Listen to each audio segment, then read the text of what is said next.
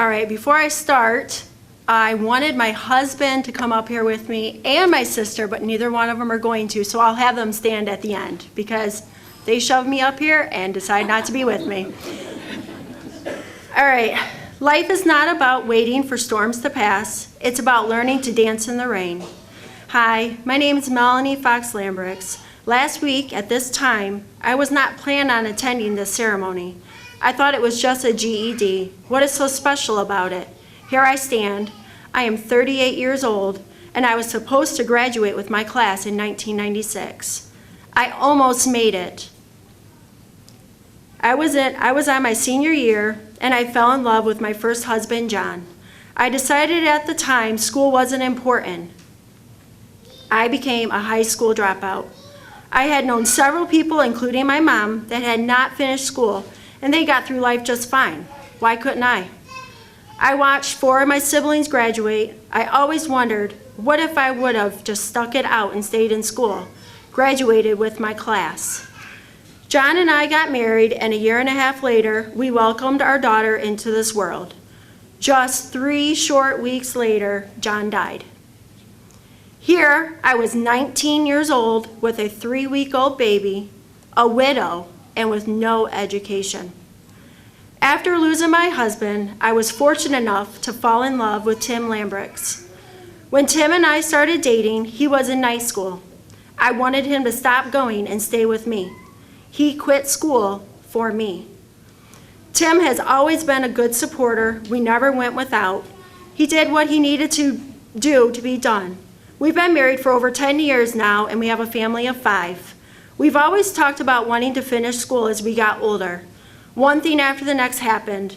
We almost lost my sister to meningitis. We have a son with epilepsy. We lost my dad just at the age of 56.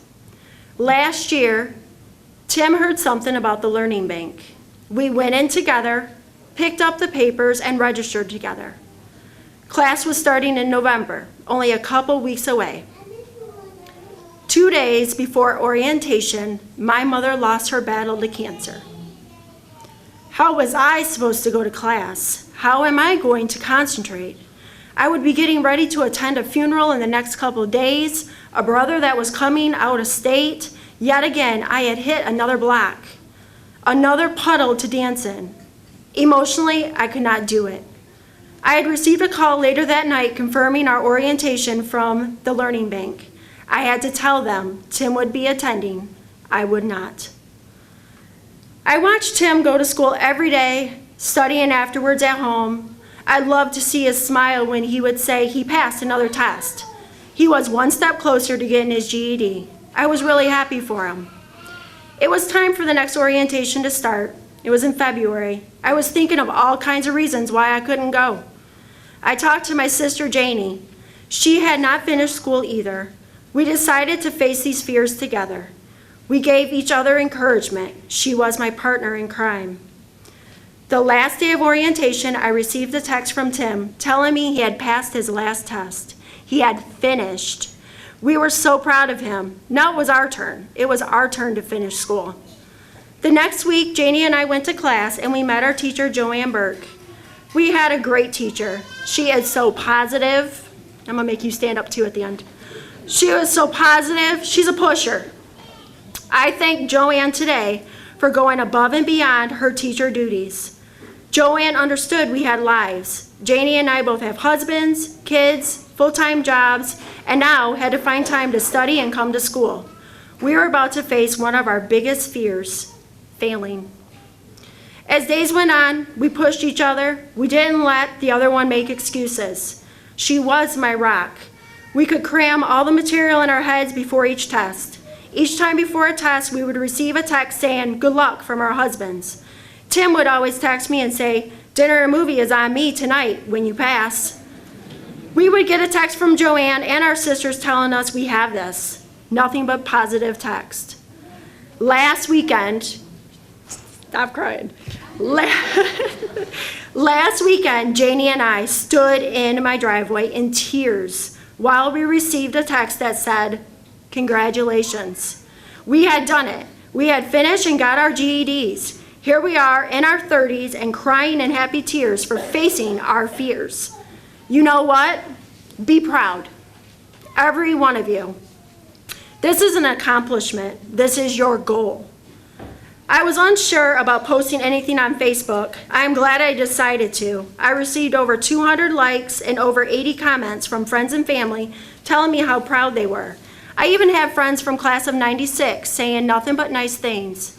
At that time, I realized there's nothing to be ashamed of, only something to smile about. Give yourself a pat on the back. When someone says congratulations, be proud. Say thank you. Life is too short. Live with no regrets. Don't be like me and think you cannot do it. When there is something you want to accomplish, grab your husband, your wife, a sister, a brother, a friend, and you will see they want to help you shoot for your dreams. Make sure you have a support system. Make your goal in life. I don't care if you're 18 or 80, live life to the fullest. When life pushes you down, get back up and show them you have this. Like I said in the beginning, life is not about waiting for storms to pass. It is always about learning to dance in the rain. Thank you.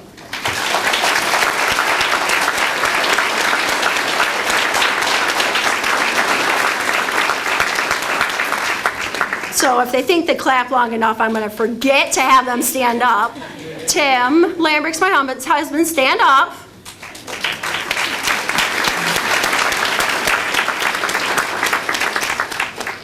And my rock, the reason why we did this. Stand up, Janie.